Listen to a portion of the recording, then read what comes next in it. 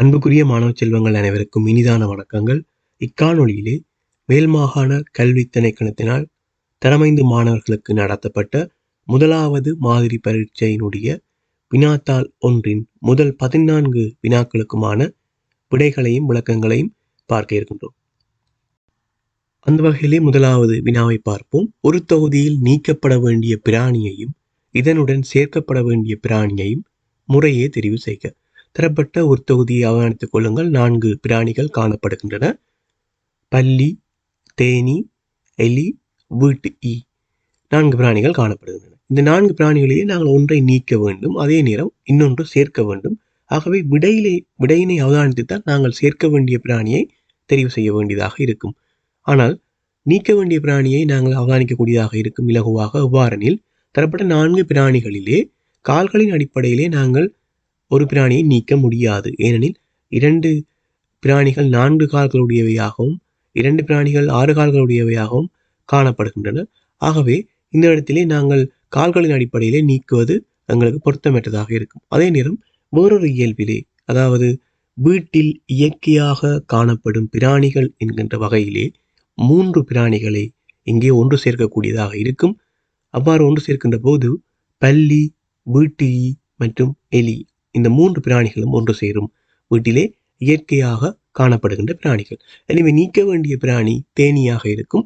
இதன் அடிப்படையில் நாங்கள் விடைகளை அவதானிப்போம்.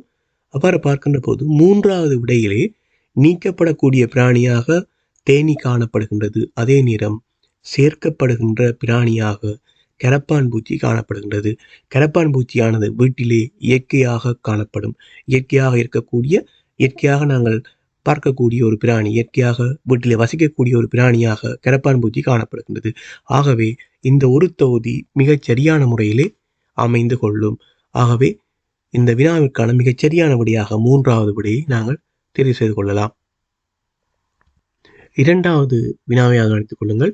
முதலில் தரப்பட்டுள்ள உருவை போன்ற ஒத்த உருவை தெரிவு செய்க. முதலிலே தரப்பட்டிருக்கக்கூடிய உருவை போல ஒத்த உரு. ஆகவே முதலிலே தரப்பட்டிருக்கக்கூடிய அந்த பூவினுடைய வடிவமானது மிகச்சரியாக தரப்பட்ட உருவிலே இருப்பது போன்று எங்கே இருக்கின்றது என்று நாங்கள் அவதானிக்க வேண்டும். அதே நேரம் ஏனைய உருக்களிலே சிறிய சிறிய வேறுபாடுகள் காணப்படும். அவ்வாறு வேறுபாடுகளை இலகுவாக இனங்கண்டு கொண்டால் மிகச்சரியானபடியே நாங்கள் தெரிவு செய்யக்கூடியதாக இருக்கும். அந்த வகையிலே 2வது உருவை அவதானித்துக் கொள்ளுங்கள். இதிலே சிவப்பு நிற கட்டத்தினாலே நான் காட்டுகின்ற அந்த பகுதியை பாருங்கள். அதே நேரம் தரப்பட்ட உருவிலே இருக்கக்கூடிய அந்த பகுதியை அவதானித்துக் கொள்ளுங்கள். இங்கே வேறுபாடு காணப்படுகின்றது. அதே போல 3வது உருவிலும் நான் கட்டமிடப்பட்டிருக்கக்கூடிய அந்த பகுதியை கவனியுங்கள். அதே பகுதியை தரப்பட்ட உருவிலே அவதானித்துக் கொள்ளுங்கள். அங்கு வேறுபாடு இருக்கின்றது. ஆகவே மிகச்சரியான விடை தரப்பட்ட உருவை போல ஒத்த உருவாக காணக்கூடிய உருவானது 1வது விடையாக அமையும். அடுத்த வினா, இங்கு தரப்பட்டுள்ள கோலத்துக்கு அமைய அடுத்து வரும் உருவை தெரிவு செய்க. தரப்பட்ட கோலத்தினை அவதானித்துக் கொள்ளுங்கள். ஒரு அறுகோணி வடிவம் தரப்பட்டிருக்கின்றது. அதற்குள்ளும் அறுகோணியினுடைய வடிவத்தை அமைப்பது போன்று கோடுகள் அதிகரித்து கொண்டு செல்கின்றன. அதே நேரம் வெளியே இருக்கக்கூடிய அந்த விளிம்புகள் ஒவ்வொரு பகுதிகளாக குறைந்து கொண்டு செல்கின்றன. ஆகவே அந்த கோலமானது வெளியே இருக்க வேண்டிய அந்த வடிவம் ஒவ்வொரு பகுதிகளாக குறைகின்றது. உள்ளே இருக்கக்கூடிய அந்த அறுகோணியினுடைய விளிம்புகள் ஒவ்வொரு பகுதிகளாக அதிகரிக்கின்றன. எனவே இந்த ஒழுங்குக்கேற்ப சரியாக இருக்கக்கூடிய உருவானது 2வது உருவாக இருக்கும். அடுத்த வினாவை அவதானித்துக் கொள்ளுங்கள். உருக்கள் சார்ந்த ஒரு வினாவாக இருக்கின்றது. இவ்விரு தராசுகளிலும் நிறைகளை அவதானித்து நிறை குறைந்த பொருளை தெரிவு செய்க. தரப்பட்ட 2 தராசுகளிலும் உருக்களாக தள வடிவங்கள் தரப்பட்டிருக்கின்றன. 1வது தராசை அவதானித்தர்களாக இருந்தால் வட்டம் மற்றும் சதுரத்தை பயன்படுத்தி இருக்கிறார்கள். அதே போல அடுத்த தராசிலே வட்டம் மற்றும் சரிவகம், சரிவகம் என்பது ஒரு நாட்பக்களுடைய பெயர். ஆகவே இந்த 2 தள வடிவங்களையும் இங்கே பயன்படுத்தி இருக்கின்றார்கள். இந்த தராசனுடைய அமைப்புக்கு ஏற்ற வகையிலே நான் நிறை குறைந்த பொருளை தெரிவு செய்ய வேண்டியதாக இருக்கும். இலகுவாக பார்க்கின்ற போதே சரியானபடியை அவதானிக்கக்கூடியதாக இருக்கும். அதே நேரம் உங்களுக்கு கடினமாக இருக்கின்ற சந்தர்ப்பங்களிலே நீங்கள் பெருமானங்களை இட்டு பார்க்கலாம். உதாரணமாக நான் 1வது தராசிலே வட்டத்திற்கு 4 சதுரத்திற்கு 2 என்று இட்டுக்கொள்கின்றேன். ஏனெனில் வட்டம் 1வது தராசிலே வட்டம் பெறுமதி கூடியதாக, நிறை கூடியதாக இருக்கின்றது. சதுரம் நிறை குறைந்ததாக இருக்கின்றது. ஆகவே நிறை கூடிய பெருமானத்துக்கு 4 சதுரத்திற்கு 2 என்று இட்டுக்கொள்கின்றேன். அதே ஒழுங்கிலே இரண்டாவது தராசை பார்க்கின்ற போது நான் ஏற்கனவே சதுரத்திற்கு 4 என்கின்ற பெருமானத்தை இட்டிருக்கின்றேன். ஆகவே சதுரத்துக்கு 4 என்று இட்டுக் கொள்கின்றேன். சரிவகத்திற்கு நான் அதைவிட அதிகமான பெருமானம் விட வேண்டும். ஏனெனில் அந்த தள வடிவம் நிறை கூடிய பகுதிகளிலே காணப்படுகின்றது. தற்போது நீங்கள் ஒவ்வொரு உருக்களுக்கும் இருக்கக்கூடிய அந்த நிறைகளுக்கு ஏற்ற வகையிலே நான் பெறுமதிகளை இட்டிருக்கின்றேன். இப்போது நிறை குறைந்த பொருளை இலகுவாக பார்க்கக்கூடியதாக இருக்கும். நான் இதிலே பெருமானங்களை இட்டு காண்பித்ததற்கான காரணம், கடினமாக இருக்கின்ற போது, கடினமான வினாக்களாக இருந்தால் நீங்கள் இவ்வாறு பெருமானங்களை இட்டு பார்க்கின்ற போது இலகுவாக குழப்பமின்றி விடையை பெற்றுக்கொள்ளக்கூடியதாக இருக்கும். எனவே இங்கே மிக குறைவான நிறை குறைந்த பொருளாக இருக்கக்கூடியது இரண்டாவது விடையாக இருக்கக்கூடிய சதுரம். அடுத்த வினா, கீழே காட்டப்பட்ட ஆங்கில எழுத்துக்களை சரியான முறையில் ஒழுங்குபடுத்த எத்தனை மாற்றங்களை செய்ய வேண்டும்? தரப்பட்ட ஆங்கில எழுத்துக்கள் 7 ஆங்கில எழுத்துக்கள் தரப்பட்டிருக்கின்றது. A, C, B, D, F, E, G 7 எழுத்துக்கள். இதிலே சரியான முறையிலே ஒழுங்குபடுத்துகின்ற போது எத்தனை எழுத்துக்களை அல்லது எத்தனை எழுத்துக்களை நீங்கள் ஒழுங்குபடுத்த வேண்டியதாக இருக்கும் என்று கேட்கின்ற போது, நீங்கள் அந்த எழுத்துக்களுக்கு கீழே சரியான முறையிலே ஒழுங்கிலே எழுதி கொள்ள வேண்டும். முதலாவதாக நான் இதிலே எழுதி காண்பிக்கின்றேன். இதில் நான் 2 வரிகளிலே எழுதியிருக்கின்றேன். முதலாவது வரியானது வினாவிலே இருப்பது போன்று எழுதியிருக்கின்றேன். இரண்டாவது வரிசையிலே சரியான ஒழுங்கில் எழுதியிருக்கின்றேன். A, B, C, D, E, F, G. இதிலே தரப்பட்ட வினாவிலே இருக்கின்ற அந்த வடிவத்தில் இருந்து எந்தெந்த எழுத்துக்கள் வேறுபடுகின்றன, மீண்டும் எழுதப்பட்ட இடத்திலே எங்கே வேறுபடுகின்றன என்பதை அவதானியுங்கள். நான் இதில் கட்டமிட்டு காண்பித்திருக்கின்றேன். CP இந்த 2 எழுத்துக்களும் BC என்ற வகையிலே மாற்றமடைய வேண்டும். FE அவை EF என்கின்ற ஒழுங்கிலே மாற்றமடைய வேண்டும். அதே நேரம் ADG இந்த 3 எழுத்துக்களும் மீண்டும் ஒழுங்குபடுத்துகின்ற போதும் அதே இடங்களிலே காணப்படுகின்றன. ஆகவே அவை மாற்றத்திற்கு உள்ளாகாத எழுத்துக்கள். எனவே இங்கே மாற்றத்தை நாங்கள் மேற்கொண்ட எழுத்துக்கள் மொத்தமாக எத்தனை எழுத்துக்களை எத்தனை மாற்றங்களை இங்கே செய்ய வேண்டும் என்று சொன்னால் 4. இந்த கட்டத்தினை அவதானிக்கின்ற போது இலகுவாக விளங்கிக் கொள்ளக்கூடியதாக இருக்கும். ஆகவே இதற்கான சரியான விடை முதலாவது விடை. அடுத்த வினா வரிசையோடு தொடர்புடைய ஒரு வினா. வரிசை ஒன்றில் முன்னால் இருந்து பார்க்கும்போது கமலன் 6வதாக நிற்கின்றான். வரிசையில் பின்னால் இருந்து பார்க்கும்போது டேவிட் 3வதாக நிற்கின்றார். அதே வேளை அப்துல் 7வதாகவும் வரிசையில் சரி நடுவிலும் நிற்கின்றான். எனின் கமலனுக்கும் டேவிட்டுக்கும் இடையில் வரிசையில் உள்ளவர்கள் எத்தனை பேர்? இதிலே வரிசையிலே இருக்கக்கூடிய நபர்கள் தொடர்பாக தரப்பட்டிருக்கின்ற தரவினை முதலில் ஒழுங்கமைத்துக் கொள்வோம். முன்னால் இருந்து பார்க்கின்ற போது கமலன் 6வதாக நிற்கின்றான். அதே வரிசையில் பின்னால் இருந்து பார்க்கின்ற போது டேவிட் 3வதாக நிற்கின்றான். அதேவேளை அப்துல் 7வதாகவும் வரிசையின் சரி நடுவில் நிற்கின்றான். இந்த இடத்திலே சில வேளைகளில் வரிசையில் உள்ளோர் எத்தனை பேர் என வரக்கூடும். அவ்வாறு வந்திருந்தால் மிக இலகுவாக நீங்கள் வரிசையில் உள்ள நபர்களுடைய எண்ணிக்கையை பார்க்கக்கூடியதாக இருக்கும். அதனையும் இதிலே ஒன்றாக தெளிவுபடுத்துகின்றேன். நடுவிலே நிற்பவர் 7வதாக நின்றால் அதிலிருந்து ஒன்றை கழித்து, அதாவது 7லிருந்து ஒன்றை கழித்தால் 6, 7 மாறும் 13. அந்த வரிசையிலே மொத்தமாக 13 நபர்கள் இருக்கின்றார்கள். இந்த வினாவுக்கு இது தேவையற்ற ஒரு விடயம். ஆனால் இதனை நீங்கள் இந்த இடத்தில் சிந்தித்துக் கொள்ள வேண்டும் என்பதற்காக தெரியப்படுத்துகின்றேன். அந்த வரிசையிலே மொத்தம் 13 நபர்கள் இருக்கின்றார்கள். தற்போது நாங்கள் விடயத்துக்கு வருவோம். அப்துல் என்பவர் நடுவிலே நிற்கின்றார், 7வதாக நிற்கின்றார். இங்கே வினா கமலனுக்கும் டேவிட்டுக்கும் இடையிலே இருப்பவர்கள். உங்களுக்கு தெரிய வேண்டும், அப்துல் 7வதாக நிற்கின்ற போது கமலன் முன்னாலிருந்து 6வதாக நிற்கின்றார் என்று சொன்னால் கமலனும் அப்துலும் அருகருகே இருக்கின்றார்கள். அதனை விளங்கிக் கொள்ளுங்கள். ஏனெனில் நடுவே இருப்பவர், ஒரு வரிசையிலே நடுவே இருப்பவர் முன்னால் இருந்து பார்க்கும் போதும் பின்னால் இருந்து பார்க்கும் போதும் ஒரே இடத்திலேயே நிற்பார். அது மிக முக்கியமான ஒரு விடயம். ஒரு வரிசையில் நடுவில் நிற்பவர் முன்னாலிருந்து பார்க்கின்ற போதும் பின்னால் இருந்து பார்க்கின்ற போதும் அதே இடத்திலே தான் நிற்பார்.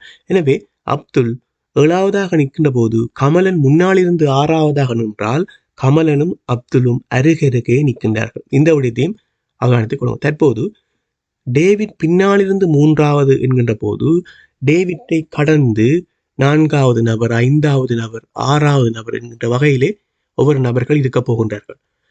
இங்கே வினா கமலனுக்கும் டேவிட்டுக்கும் இடையிலே இருப்பவர்களுடைய எண்ணிக்கை, கமலனுக்கும் டேவிட்டுக்கும் இடையிலே இருப்பவர்களுடைய எண்ணிக்கை தான் கேட்கப்பட்டிருக்கின்றது.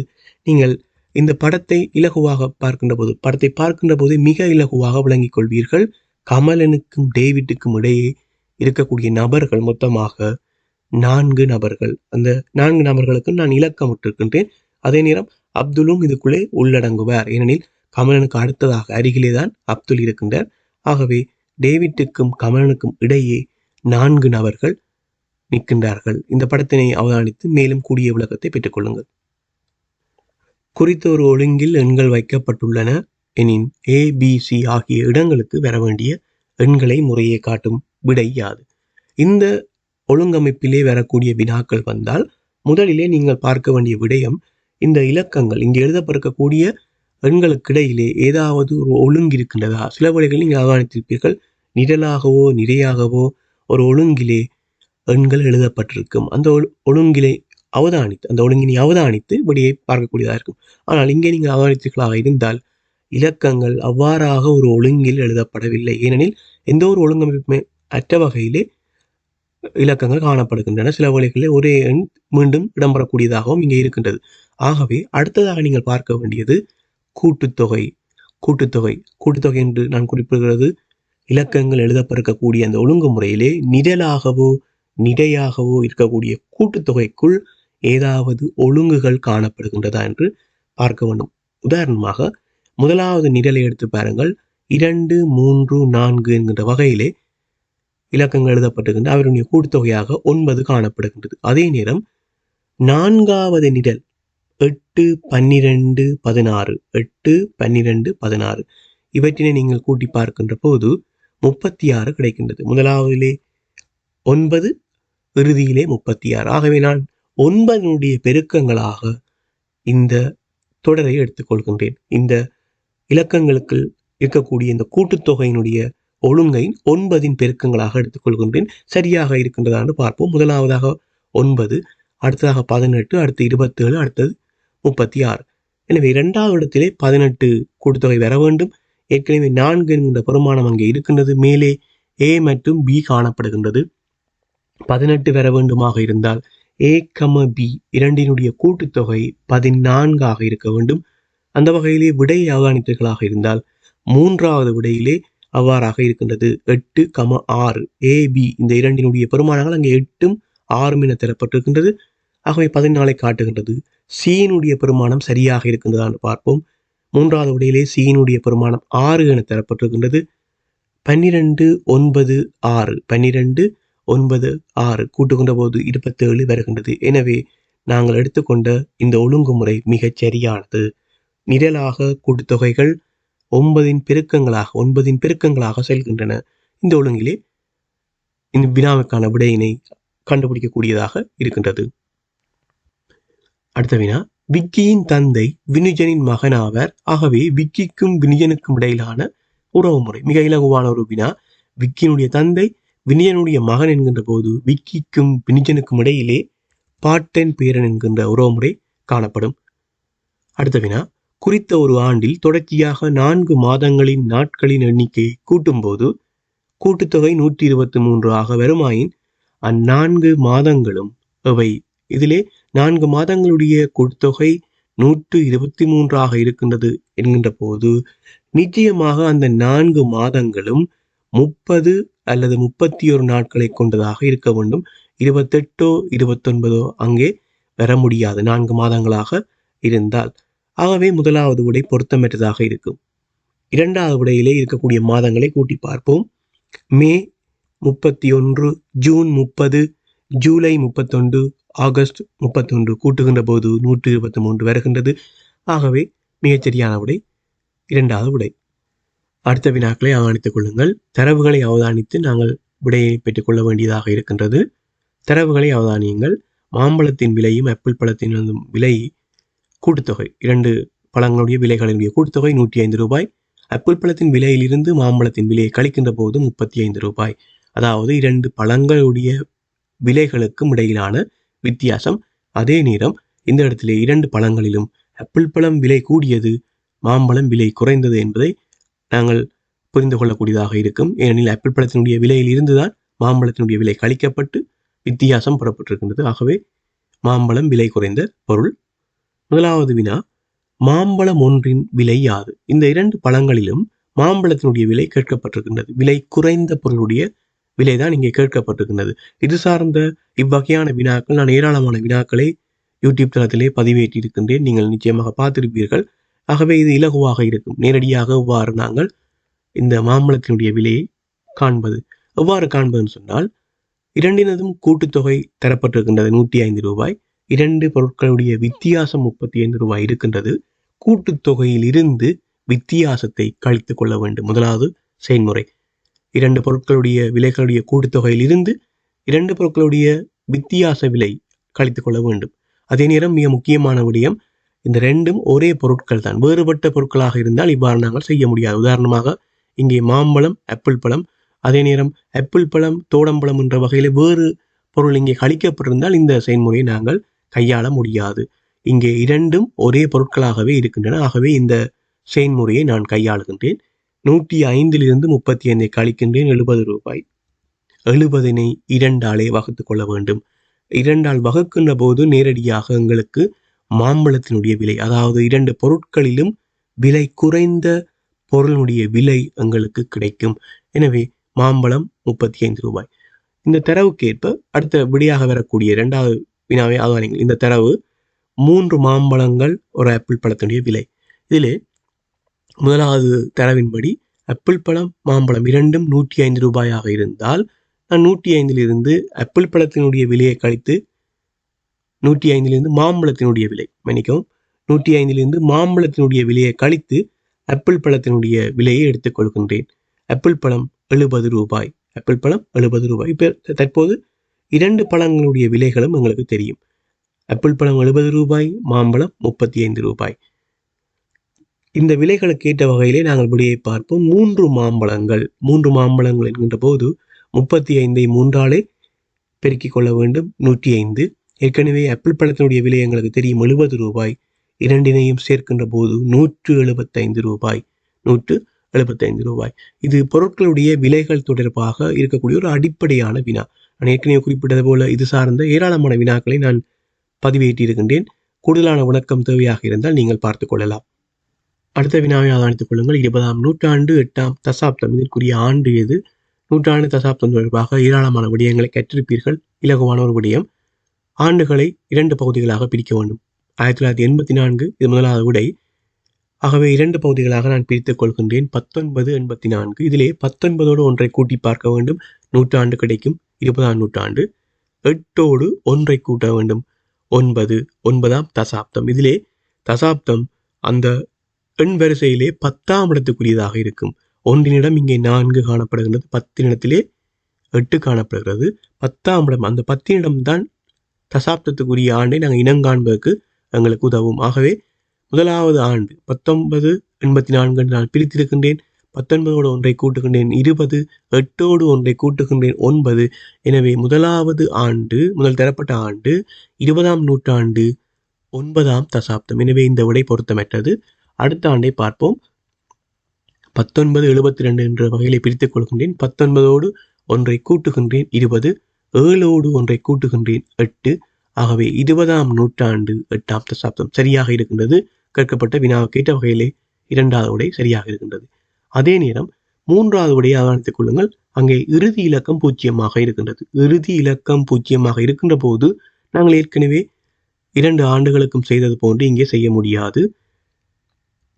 ஆண்டுகளை பிரித்துக் கொள்வோம். அதே நேரம் நூற்றாண்டிலும் எந்த ஒரு மாற்றமும் ஏற்படாது. 20ஓடு ஒன்றை கூட்ட வேண்டும் 21. ஆனால் இங்கே தசாப்த பகுதியை பாருங்கள். தசாப்தத்திலே 8 என்கின்ற இலக்கம் காணப்படுகின்றது. 8 அவ்வாறே இடம்பெறும். அதாவது 8ஓடு 0 கூட்டினால் 8 தான் விடையாக கிடைக்கும்.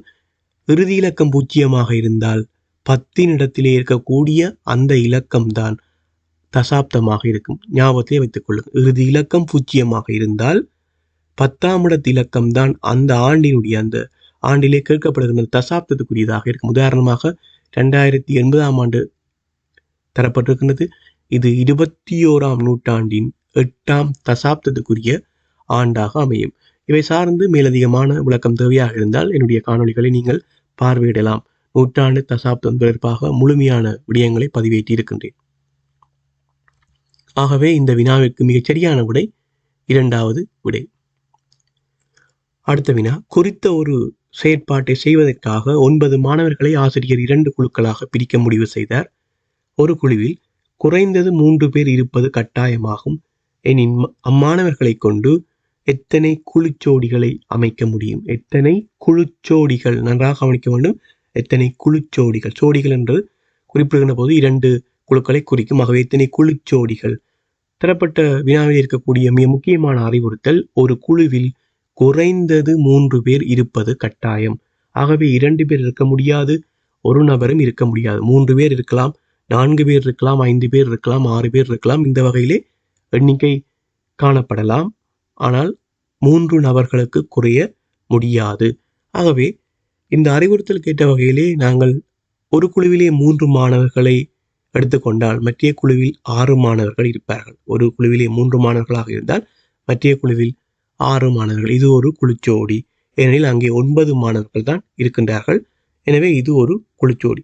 3 மாணவர்களை ஒரு குழுவிலே எடுத்துக்கொண்டால் அடுத்ததாக 4 மாணவர்களை ஒரு குழுவிலே நிறுத்தினால் மற்ற குழுவில் 5 மாணவர்களை நிறுத்தக்கூடியதாக இருக்கும். ஒரு குழுவிலே 4 மாணவர்கள் சொல்கின்ற போது அடுத்த குழுவிலே 5 மாணவர்கள், மொத்தமாக 9 பேர் வருகின்றார்கள். ஆகவே இது ஒரு குழுச்சோடி. இதை மீறி இந்த எண்ணிக்கை தவிர்த்து வேறொரு குழுச்சோடிகளை இங்கே அமைக்க முடியாது. நன்றாக கவனித்து பாருங்கள்.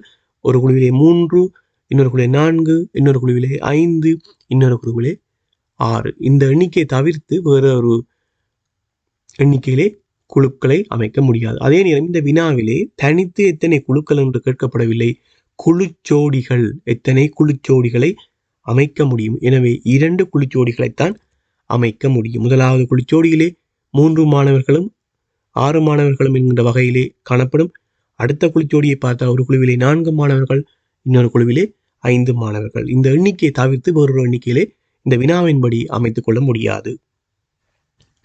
அடுத்த வினா, அஸ்வினிடம் 2 ரூபாய் நாணயங்களும் 5 ரூபாய் நாணயங்களுமாக மொத்தம் 23 ரூபாய் இருந்தது எனின் அஸ்வினிடம் உள்ள 5 ரூபாய் நாணயங்களின் எண்ணிக்கை. இவ்வகையான வினாக்களை நாங்கள் விடையிலிருந்து பார்ப்பது எங்களுக்கு இலகுவாக இருக்கும். எனவே நான் விடையை எடுத்துக்கொள்கின்றேன். முதலாவது விடை 2. அவரிடம் 2 5 ரூபாய் நாணயங்கள் இருந்தால் அவற்றினுடைய பெறுமதி 10. அவருடைய பெறுமதி 10. ஏற்கனவே அவரிடம் மொத்த நாணயங்களுடைய பெறுமதியாக 23 ரூபாய் இருக்கின்றது. எனவே 23 நான் 10 கழித்துக் கொள்கின்றேன். கழிக்கின்ற போது 13 ரூபாய் கிடைக்கின்றது. அந்த மாணவனிடம் 2 ரூபாய் நாணயங்களும் 5 ரூபாய் நாணயங்களும் தான் அங்கே இருக்கின்றன. ஆகவே 2 5 ரூபாய் நாணயங்கள் இருந்தால் அவற்றுடைய பெறுமதி 10 ரூபாய் ஆகின்ற போது மீதமாக இருக்கின்ற, அதாவது 23 10 கழிக்கின்ற போது கிடைக்கக்கூடிய அந்த மீதமாக இருக்கின்ற 13 2 ரூபாய்களால் உருவாக்கப்பட வேண்டும். 13 2 ரூபாய்களால் உருவாக்கப்பட வேண்டும். ஆனால் 13 மீதியின்றி 2 ரூபாய்களால் உருவாக்க முடியாது. ஆகவே முதலாவது விடை தவறு. இரண்டாவது விடையை எடுத்துக்கொள்கின்றேன். அவரிடம் 3 5 ரூபாய் நாணய குட்டிகள் இருந்தால் மொத்த பெறுமதி, அவற்றுடைய மொத்த பெறுமதி 15 ரூபாய். நன்றாக கவனித்துக்கொள்ளுங்கள். அவரிடம் 3 5 ரூபாய் நாணயங்கள் இருந்தால் அவற்றுடைய மொத்த பெறுமதி 15 ரூபாய். அவரிடம் இருக்கக்கூடிய மொத்த நாணயங்களுடைய பெறுமதி 23. நான் அதிலிருந்து 15 கழித்துக் கொள்கின்றேன். அதிலிருந்து 15 கழித்துக் கொள்கின்றேன். ஏனெனில் 3 5 ரூபாய் நாணயக்குட்டி அவரிடம் இருந்தால் 15 ரூபாய். 23 15 கழித்துக் கொள்கின்றேன், 8 ரூபாய். இந்த 8 ரூபாய் அவரிடம் 2 ரூபாய் நாணயங்களால் உருவாக்கக்கூடியதாக, அவரிடம் இருக்கக்கூடிய 2 ரூபாய் நாணயங்களால் உருவாக்கப்படக்கூடியதாக இருக்க வேண்டும்.